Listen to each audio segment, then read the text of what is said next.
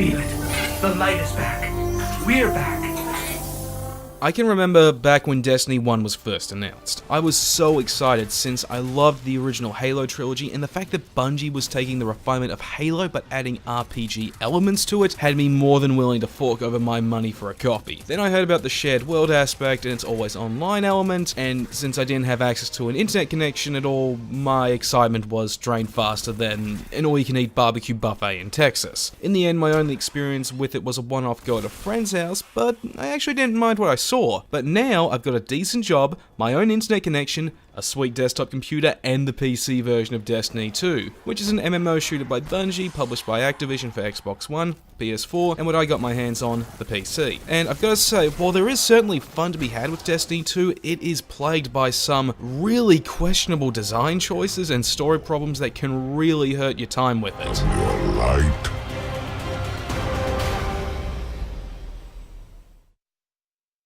The story for Destiny 2 was one of the things that had me really interested in giving the game a go. Taking place sometime after the events of the Rise of Iron expansion, a new threat has appeared in the form of the Red Legion, led by the angry turtle man himself, Dominus Ghaul. The Traveler has been captured, the last city fallen, and the Guardians stripped of their powers. Now, humanity must face the very real threat of extinction once again. Naturally, since one of the biggest criticisms the first game had was the lack of a story, you'd think this premise would indicate a more substantial narrative to enjoy, and you would be right. And wrong. While there is a complete story and it is thankfully told in its entirety, it's one of the most bare bones and barely satisfying stories I've ever seen. It essentially boils down to you getting your powers back in the first 2 hours, then doing some stuff for a while, then talking to a guy, doing stuff for him, then talking to another guy, grinding, talking to someone else, more grinding, talking to some other buddy, and then just going back to the last city and beat up Ghaul.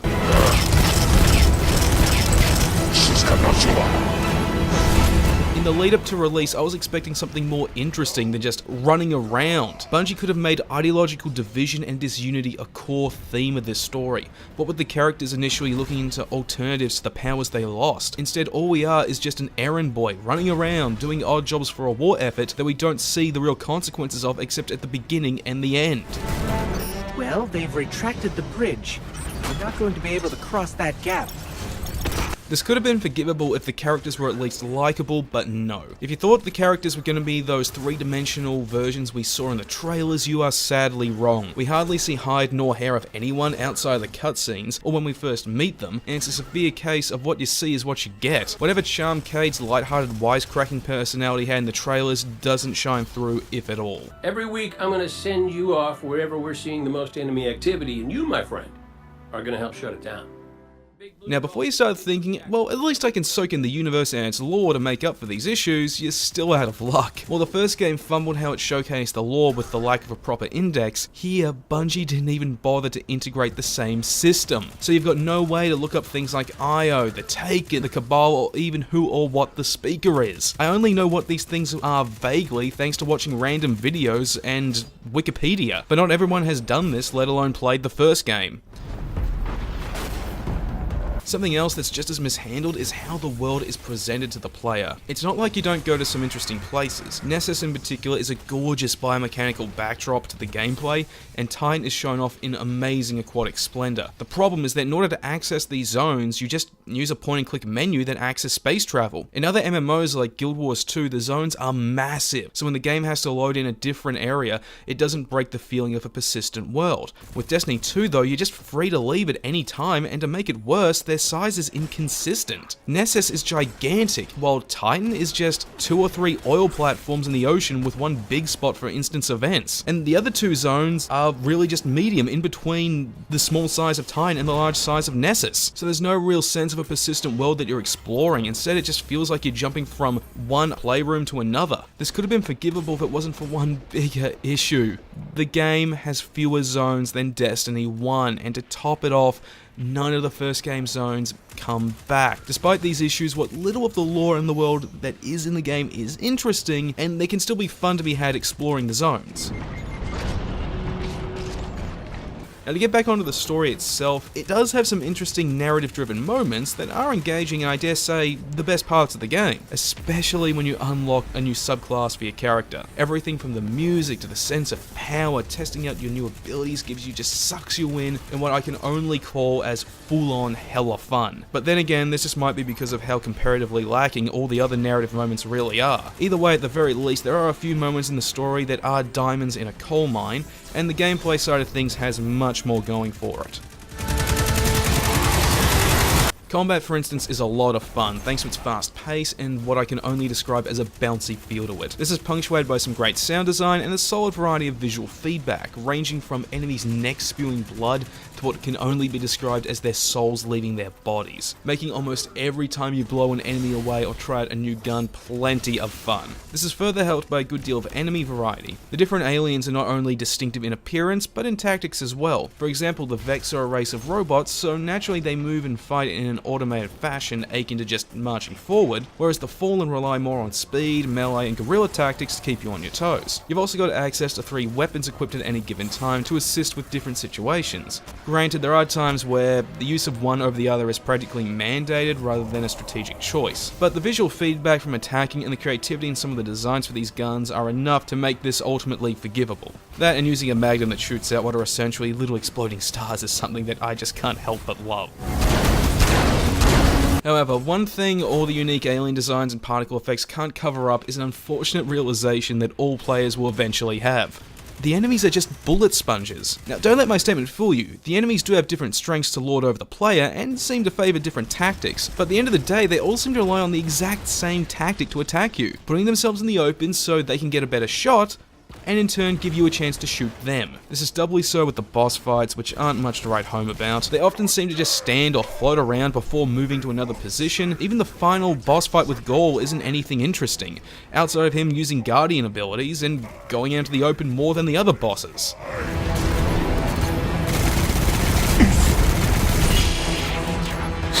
Thankfully, if you don't get into the story, there are plenty of other things to do. The zones you explore throughout the story are littered with randomly occurring public events, side quests, and hidden dungeons called Lost Sectors. These are where I had the most fun with Destiny 2, thanks to how you can just seamlessly stumble into these and find yourself fighting through a brief gauntlet that ends with a treasure chest for your troubles. But other activities make up the most boring parts of the game, in particular the patrols, which are usually either standard collect X of Y fetch quests, or tell you to go to some specific point, look at the scenery until a bar fills up, and then you just get rewards that aren't really worth it, unless you're just looking to kill some time. I don't understand them at all. Still, nice job. There are other things you can do aside from these, like the Vanguard strikes and the Nightfall raids, but unlike the side quests, Lost Sectors, and to a lesser extent the patrols, these are needlessly locked off alongside other pieces of content for needless amounts of time. I can understand content being withheld for narrative reasons, I mean just look at Wolfenstein 2, but there's no explained reason for all the raids to be locked until you've spoken to all 3 Guardian commanders, which is near the end of the story. But then there's things like the Sparrows and even, oddly enough, the microtransactions. You don't get access to either of these until your character is maxed out at level 20 or finished the story. There's no real explained reason for this in-game, so the only rationalization is that Bungie thought it was a good idea to lock off access to faster modes of travel and cosmetic loot boxes, despite the fact that you got these things much earlier in the original game. Item vendors are mishandled as well. When I first spoke to a vendor to buy some new gear for my Guardian, I took one look at the menu and thought out loud, how the hell is this supposed to work? You don't actually get items from vendors now, and instead you get engrams which act as weapon and armor loot boxes and give randomly generated loot that's tied to a zone-specific set. And the game poorly explains that in order to buy the engrams you need to either gather zone tokens from completing the various tasks, or by collecting zone-specific items. It'd be better if we could just pick the loot we want, but at least now the engram is unlocked once acquired, so you don't have to go to the cryptarch to have it decrypted, and the loot system is actually kind of addictive in a way that's reminiscent of Borderlands, in that you're guaranteed a constantly steady stream of new guns, armor, and tokens that you'll be frequently changing your loadout and saying to yourself, just 5 more minutes.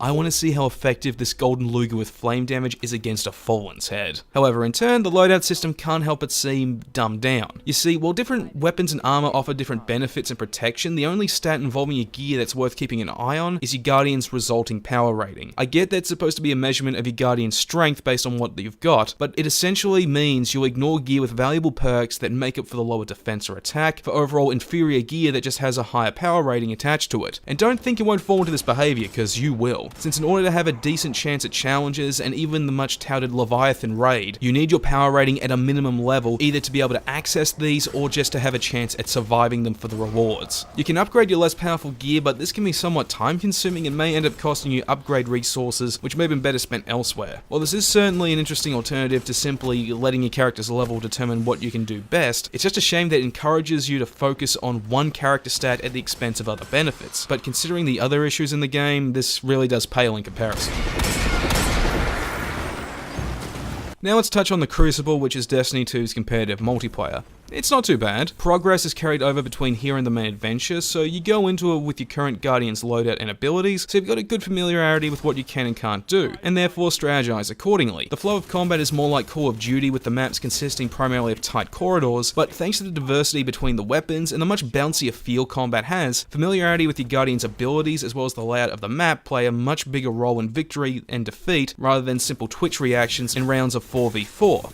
But I have to confess, it is disappointing that there aren't large-scale PvP options like 8v8 or even 12v12, with bigger, more open maps like we had in Halo. But what's here still works, even if it feels like there's not many maps based on what I saw of the Crucible. A bigger nuisance is that you're rewarded with tokens, so if you want a Crucible reward, you gotta go to a social area and cash out at a vendor like you're at, I don't know, Chuck E. Cheese or an arcade. However, if you prefer co-op gameplay instead, don't worry, because that's what the Vanguard strikes are for. Decent length co-op raids of 3 players running a gauntlet that ends in a unique boss fight. However, the rewards for these are about the same as what you can get in the main game, and you can end up repeating the same strike multiple times in a row, which is just annoying. It's also the reason why I stopped playing them after repeating the same strike against one of Gaul's generals 3 times in a row. While variety may be low at the moment, there is fun to be found with the strikes, but the value will differ significantly from person to person. The bottom line for Destiny 2 is this: did you hate Destiny 1? Then you're gonna hate 2. But if you like Destiny 1, then 2 will give you what you liked. As for me, I did enjoy my time with it, but there were times where everything just kinda bogged me down, and I wanted to do something else, but there was always something to pull me back in. It's not the best game ever made, and it's not the worst ever made, though it certainly doesn't live up to Bungie's legacy either. It's an alright experience that's worth checking out, but don't be surprised if you don't end up coming back for more of it. You can block it, even try to trap it, but the light will find its way. Hey, thanks for checking out this video, I really do appreciate it, and if you really like the video, then don't forget to subscribe. Sorry this was late, all sorts of stuff just kept packing on and taking my time away from this, but hey, better late than never. And for other game reviews, I'm going to be taking a look at the role-playing game Wittenlaw, and I'm ending my hiatus on movie reviews very, very soon. And if you're interested in getting some live updates on the videos I'm working on, then feel free to check out my Minds blog, link in the description below. Anyway, I've got all sorts of stuff in the works, so like always, stick around.